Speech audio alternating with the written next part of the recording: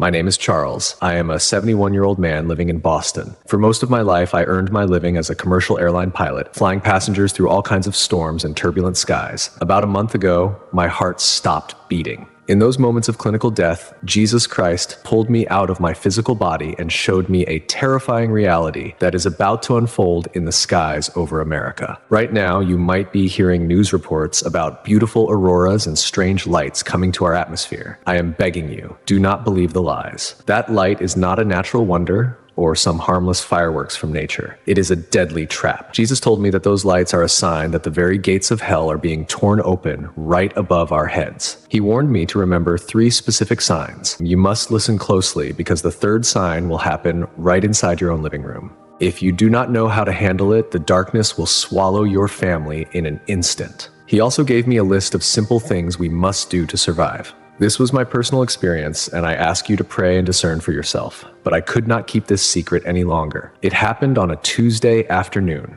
I was in my garage hunched over an old generator that had been giving me trouble. Everything seemed normal until a sudden, crushing pain slammed into my chest. It felt like a heavy truck had just driven over my ribs. Cold sweat began to pour down my face as I collapsed onto the freezing cement floor. I could hear my wife screaming my name, her voice filled with a terror I had never heard before. Then came the distant, fading wail of sirens. Everything began to flicker like a failing engine until the screen of my life just went black. Total darkness. Suddenly, the weight of the pain was gone. I felt lighter than I ever had in my life, floating up through the ceiling of the hospital and soaring higher and higher. I found myself among the clouds, the very place that had been my office for 30 years. But the sky looked different this time. It was vibrant and alive. That is when he appeared. I saw Jesus. He did not look like the gentle, frail man I had seen in old paintings. He stood there with the authority of a commander-in-chief. The light radiating from him was so warm and so pure that it broke me. I am a tough man, a pilot who has faced death in the air many times, but in his presence I broke down and cried like a little child. He looked at me with eyes that held no judgment or anger, only an incredible depth of love. He spoke to me, and his voice seemed to echo through my very soul. He said, "Charles, you have spent 30 years flying airplanes using only your physical eyes. Now, I'm going to show you what your world is truly about to face right now." As I stood there beside Jesus, the atmosphere around us began to shift. It was like being in the cockpit again, but instead of looking through a glass windshield, I was looking through the very fabric of time and spirit. He reached out his hand and the clouds beneath us parted away. I wasn't just looking at the earth, I was seeing the spiritual weight of it. I saw the United States stretched out like a glowing map, but there were dark patches like oil stains spreading across the states I knew so well. He pointed toward the horizon, far above the curve of the earth where the atmosphere meets the blackness of space. "Look at the shield, Charles," he told me.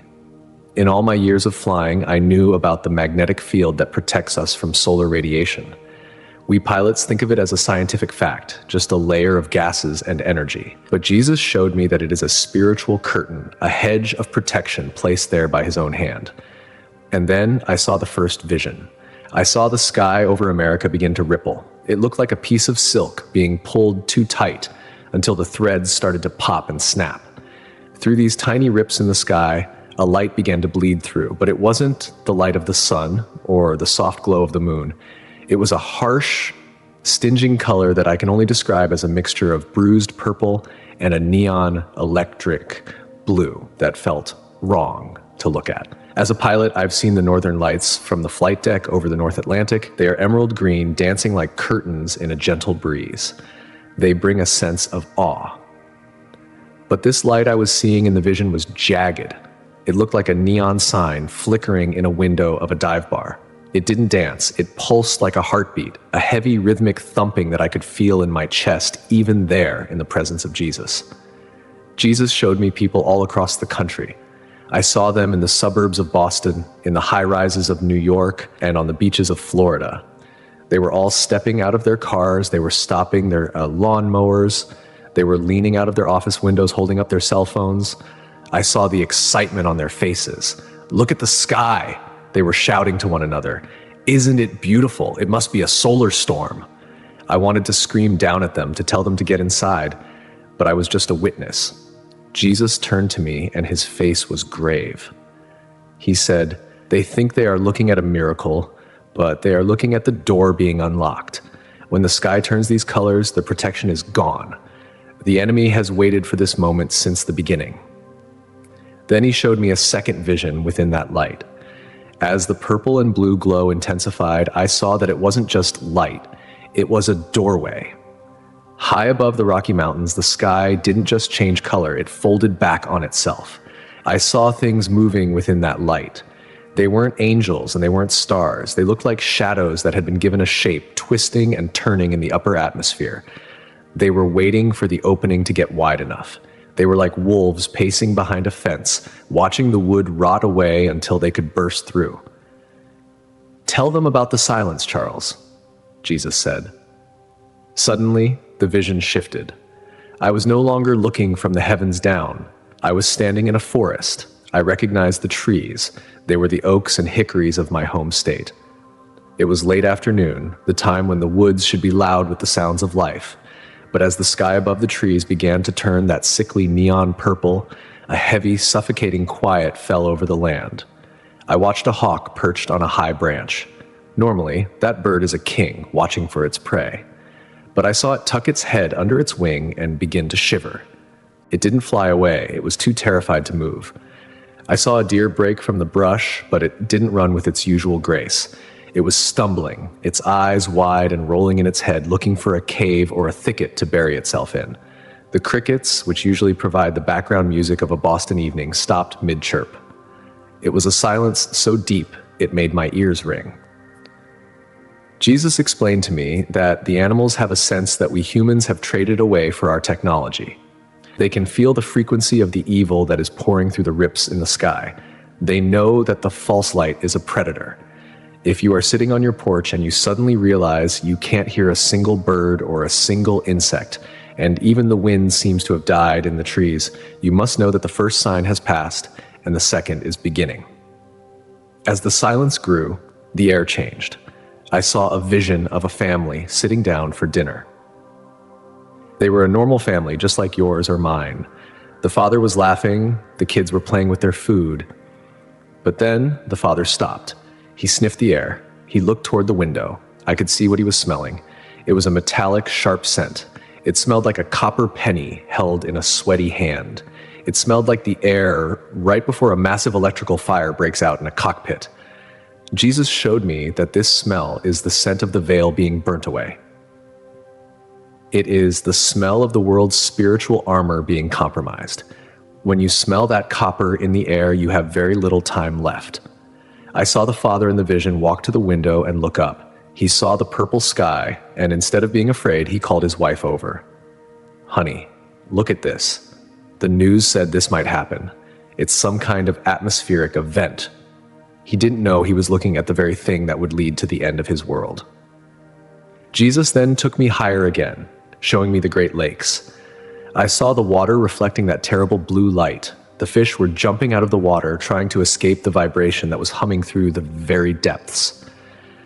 I saw ships on the water, their navigation systems spinning in circles. The pilots, men who were my brothers in the sky, were looking at their screens in confusion. Their instruments were giving them readings that didn't make sense. Their compasses were pointing everywhere and nowhere. When the machines fail, Jesus said, men will try to rely on their own wisdom, but their wisdom is like a candle in a hurricane. I saw a vision of the power grid. It looked like a glowing web of gold threads draped across the country. But as the neon light from the sky grew brighter, the gold threads began to turn black. It started at the edges, the small towns and rural roads.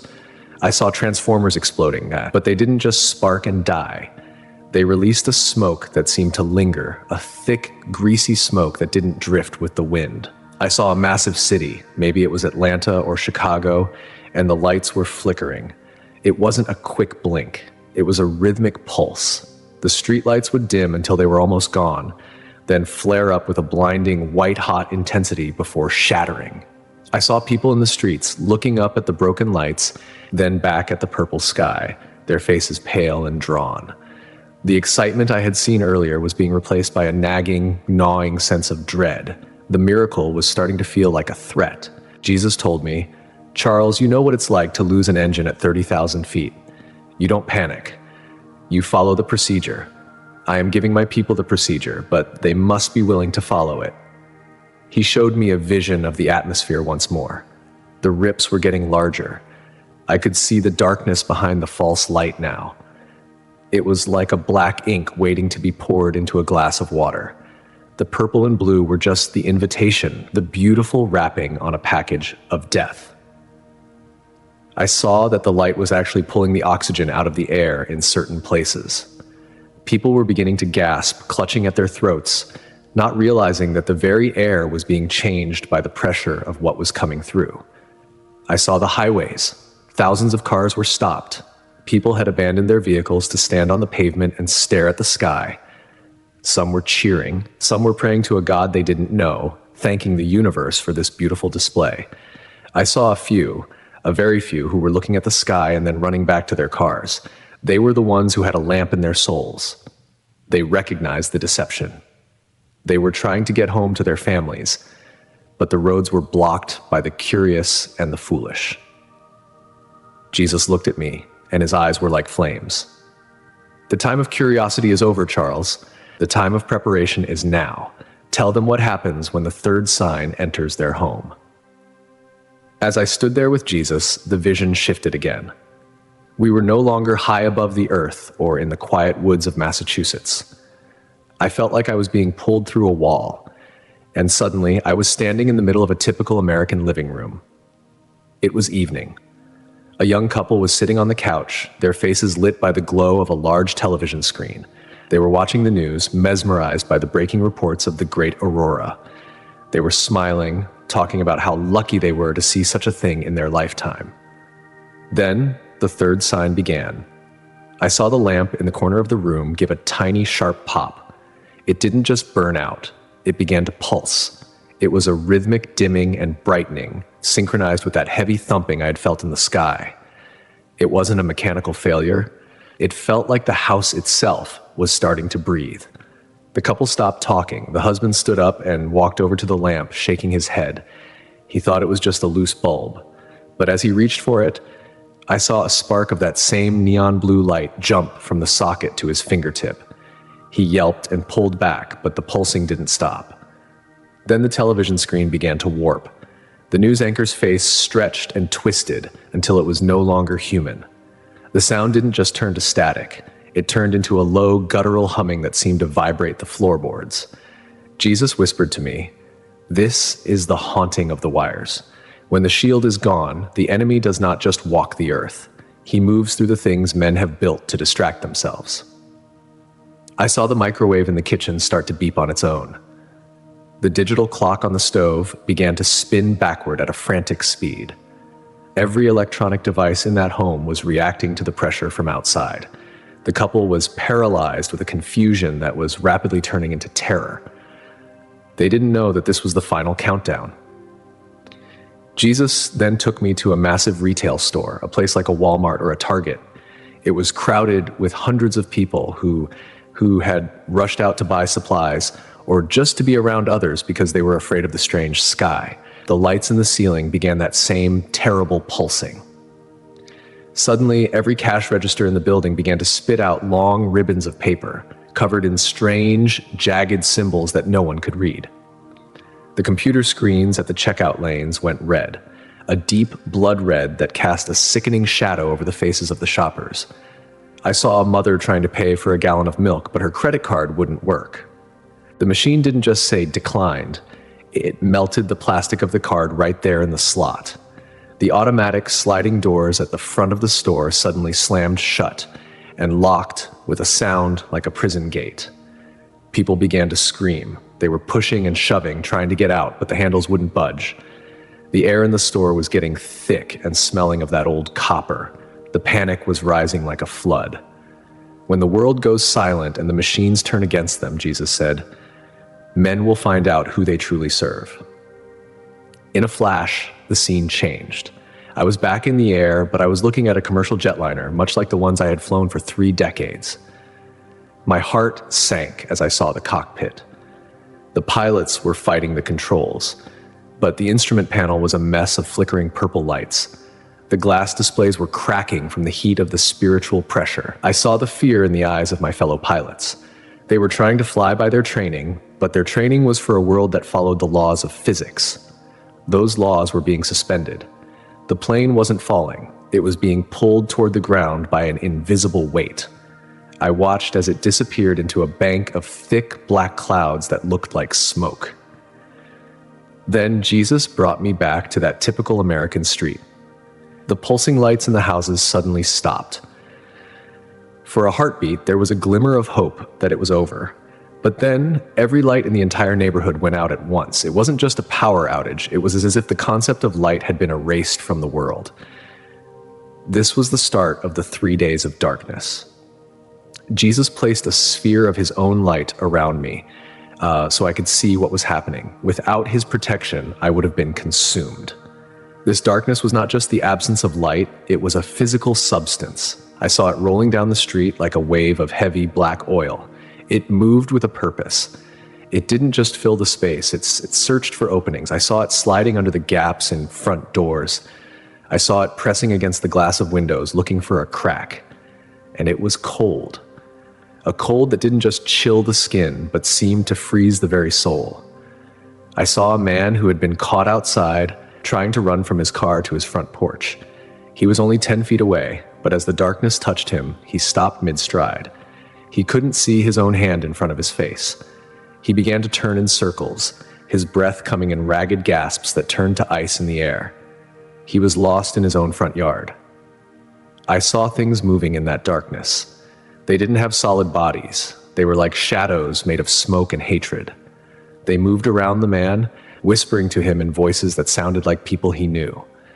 "Over here, Henry. I'm right here," one voice cried. The man turned toward it, but there was nothing there. "Help me, I'm hurt," another voice sobbed.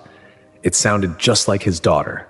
The man began to sob, reaching out into the blackness, and as he stepped off his porch into the deep dark, he was gone. He didn't fall, he was just absorbed into the blackness. Jesus looked at me and reminded me of my pilot training. "Charles, remember the flying blind rule. When you cannot see the horizon, your body will tell you lies. You will feel like you are level when you are upside down. You will feel like you are safe when you are crashing." I understood then. During those 3 days, the enemy will use our own senses against us.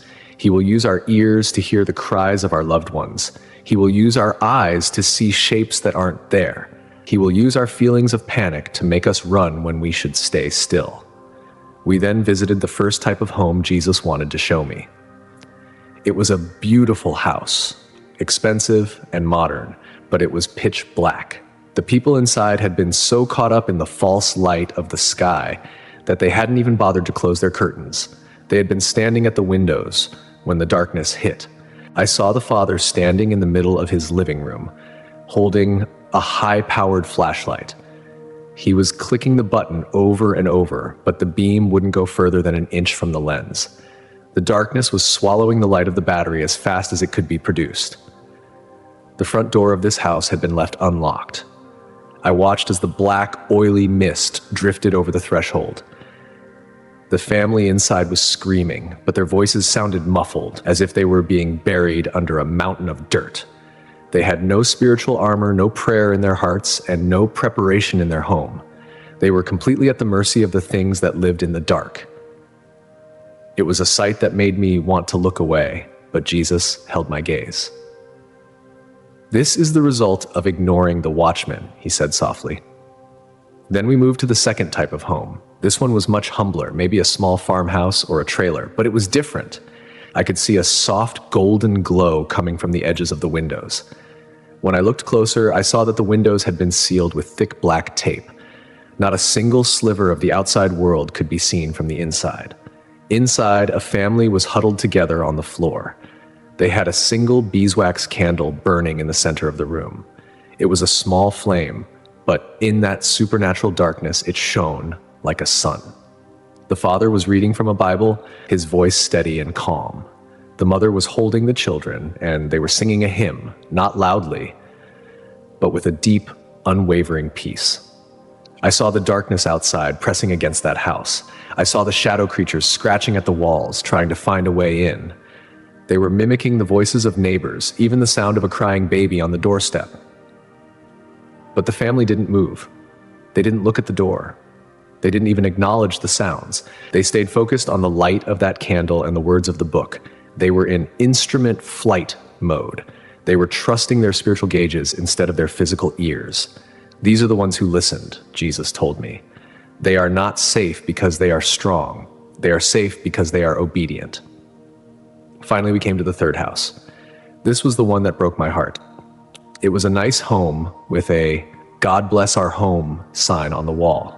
The people inside were churchgoers. I saw them in the vision. They were people I might have sat next to in a pew on Sunday morning. But as the darkness fell, they were in a state of total indecision. They had a candle, but it was a cheap scented one that was already sputtering and giving off a foul, black smoke. They hadn't taped their windows because they were worried about what the neighbors would think if they looked crazy. They were standing in their kitchen, arguing. The wife wanted to pray, but the husband was busy trying to get his cell phone to work, cursing under his breath because he couldn't check the news. He was leaning toward the window, trying to peel back the curtain just a tiny bit to see if the streetlights were back on. "Don't do it," I yelled, though I knew he couldn't hear me. Just then, a heavy thud hit the front door. It wasn't a violent bang, but a desperate, frantic knocking. A voice came through the wood, clear as a bell. It was the voice of their college-age son who was supposed to be away at school. "Mom, Dad, I drove home as fast as I could. I'm freezing. Please, my hands are numb. I can't find my key.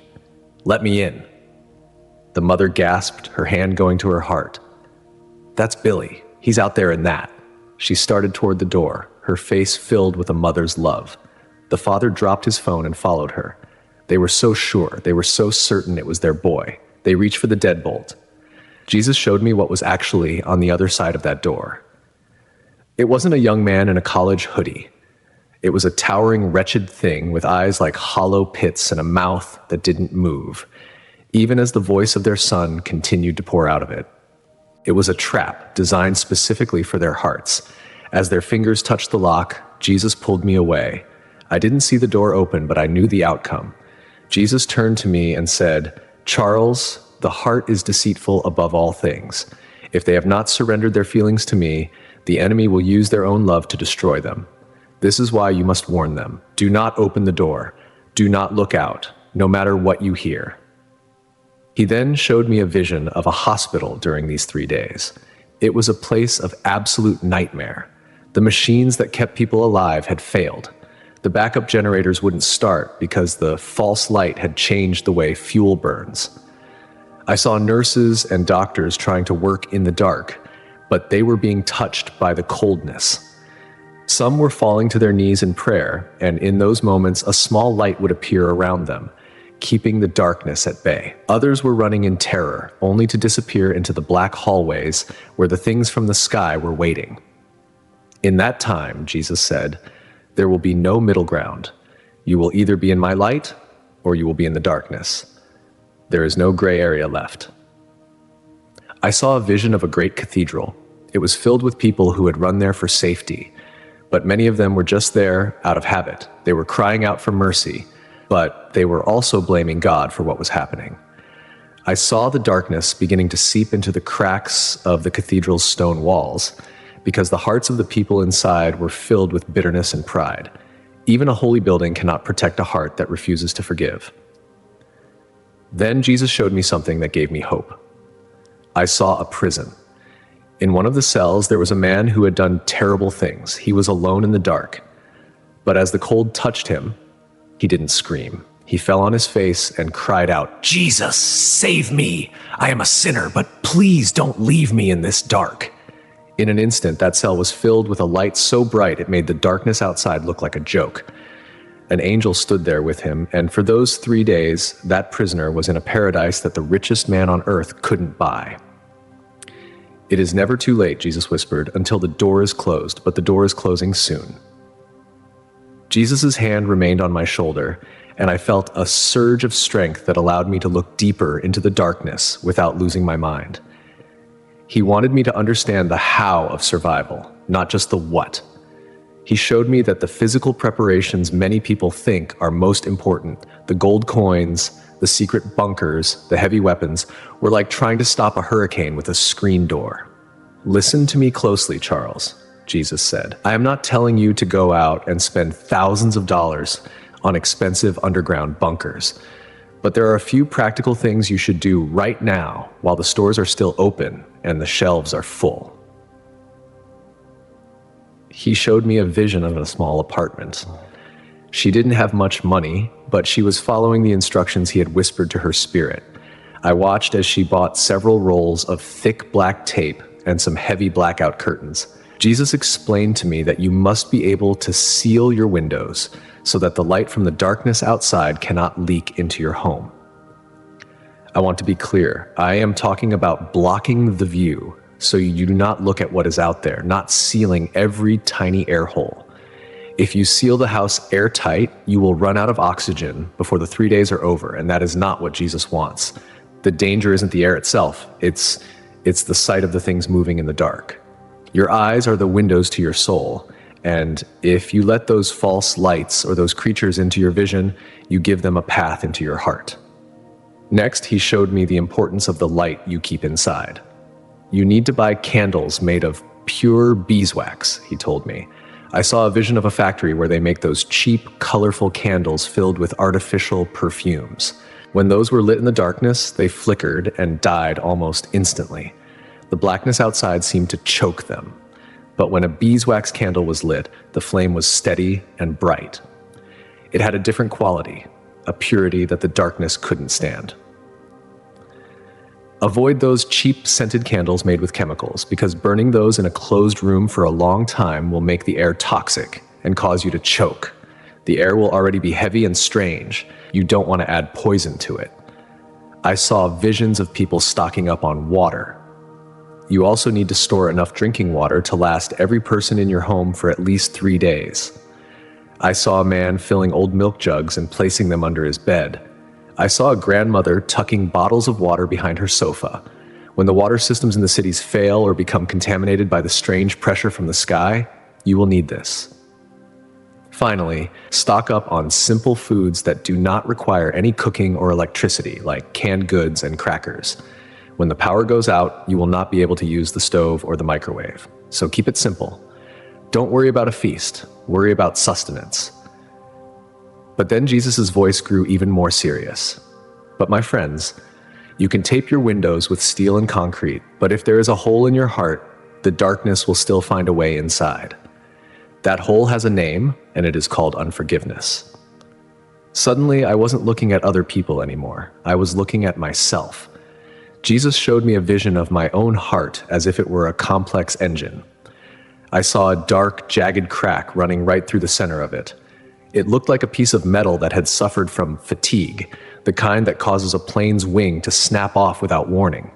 "What is that?" I asked, though I think I already knew. "That is the wall you built between yourself and your son," Jesus replied. I saw a vision of my son, Billy, in Seattle. I saw him walking down a rainy street, looking lonely and tired. For 5 years, I hadn't spoken to him. I had been so angry because he had walked away from everything I taught him. I thought I was being righteous by being angry, but Jesus showed me that my anger was actually a doorway. During the vision of the 3 days of darkness, I saw myself in my own home in Boston. I saw the darkness pressing against my house. And then I heard it, the voice of Billy at my door, crying out for help. In the vision, I saw myself moving toward the door, driven by a father's instinct. But because I had a grudge in my heart, I couldn't tell the difference between my son's real spirit and the demon mimicking him. The unforgiveness acted like static on a radio, blocking the instrument of my discernment. If I didn't forgive him now while the sun was still shining, I would be deceived when the lights went out. I saw that if I did not forgive him, the darkness would use his very voice to lead me to my death. "I am asking you to do something right now," Jesus told me, looking into my soul. "Pick up your phone. Call that person you have been hating or the family member you refuse to speak to. Forgive them. Let the anger go. You must clear the trash out of your heart before the sun goes down and the sky changes color. Do not let a grudge be the reason the door to your soul is left open.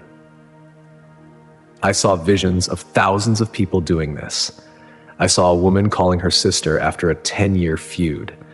I saw a man reaching out to a former business partner who had cheated him. As they spoke the words, "I forgive you," I saw the dark cracks in their hearts seal up and glow with a light that matched Jesus's. This was the real sealing of the home. You can tape the windows all you want, but if you hate your brother, the window of your heart is wide open to the enemy. Jesus then showed me the why. I saw a vision of the whole world buzzing with activity. I saw people staring at their phones, scrolling through endless videos, trapped in a world of digital noise. I saw the pride of men who thought they had conquered nature with their science. A lot of people ask me why a loving God would allow such a terrifying thing to happen, Jesus said, as if reading the thoughts of every person who would ever hear my story. They ask, how could he be so cruel? But I am telling you, this is actually his final act of mercy. He showed me a vision of what would happen during those 3 days. I saw a man who had never prayed a day in his life. He was sitting in his dark living room, his phone dead, his internet gone, the silence of the world pressing in on him. For the first time, he had no distractions, no sports, no politics, no news, no entertainment. In that total silence, for the first time in his life, he finally was able to hear the voice of God. I saw him fall to his knees, tears streaming down his face in the dark. He wasn't crying because he was afraid. He was crying because he finally realized how much he was loved and how far he had wandered. During those 3 terrible days, millions of people who were once stubborn and proud will fall to their knees in tears and repent. They will be saved. Jesus showed me that it is better to be terrified for 3 days and live forever than to be comfortable for 70 years and be lost. At the very last second, Jesus would rather scare us into waking up so he can save our souls than let us go happily and blindly into destruction. It is a wake-up call, born out of a love so great we can barely understand it. I saw a vision of the moment the 3 days ended. It wasn't a slow sunrise. It was a sudden, glorious burst of light that didn't come from the sun, but from the very center of the heavens. The darkness didn't just fade. It vanished, chased away by a roar of light that felt like a shout of victory. I saw people stepping out of their homes, their faces glowing. They looked at each other with new eyes. The world looked different, cleaner, as if a great fever had finally broken. Jesus placed his hand on my shoulder and whispered that it was time to go back and warn the others. I didn't want to leave. The peace in his presence was so thick you could almost lean against it. But he looked at me with those eyes of fire and love and said, "Go, Charles. Tell them to check their instruments. Tell them the storm is on the radar." In an instant, I felt like I was in a free fall from 30,000 feet without a parachute. It was a jarring, terrifying drop that ended with me gasping for air. As I opened my eyes on a hospital bed, my entire body was throbbing with pain, and I could hear the rhythmic beep of the heart monitor and see wires and tubes everywhere. The doctor rushed over looking like he had seen a ghost, and he told me that I had been clinically dead for 12 minutes. 12 minutes of total silence in this world. But in my mind, I had never been more awake or alert in my entire life. I knew exactly what I had to do. The very first thing I did when I was strong enough to hold a phone was not to check my bank account or my emails. I called my son in Seattle. When he finally picked up, his voice sounded groggy and surprised to hear from me after so many years of silence. I started crying right there in the hospital room. I told him, "Son, it is your father. I love you, and I forgive you for everything that happened in the past." I told him that he did not even have to believe in my faith right now. But I begged him, as his father, to go out today and buy several cases of water and some heavy tape for his windows. It was not a sermon or a lecture. It was the desperate plea of a father who had seen the storm coming and wanted his child to be safe. This is Captain Charles Vance speaking to you now. I have landed the final flight of my career, and I am telling you these things because I do not want any of you to be lost. When the darkness comes, I am just an old man from Boston with nothing to gain by telling this story. But if you saw your neighbor's house about to catch fire, wouldn't you shout at the top of your lungs? That is what I am doing right now. Do not wait for the government or the news to tell you what is happening. When you look up and see that sky turning a strange neon purple or electric blue, do not hesitate. Run to your home, lock your doors, and most importantly, make sure your heart is clean and free of any hatred. This message is not meant for your entertainment. It is an SOS signal for your soul. I cannot go to every house and knock on every door, so that responsibility now falls to you. Please share this warning right now with the people you love the most. One simple share could be the very thing that saves their life from the trap of the false light. If you're ready to protect your home and your heart, write a comment below that says, "My family is ready." May the Lord keep you and your family safe through the coming days.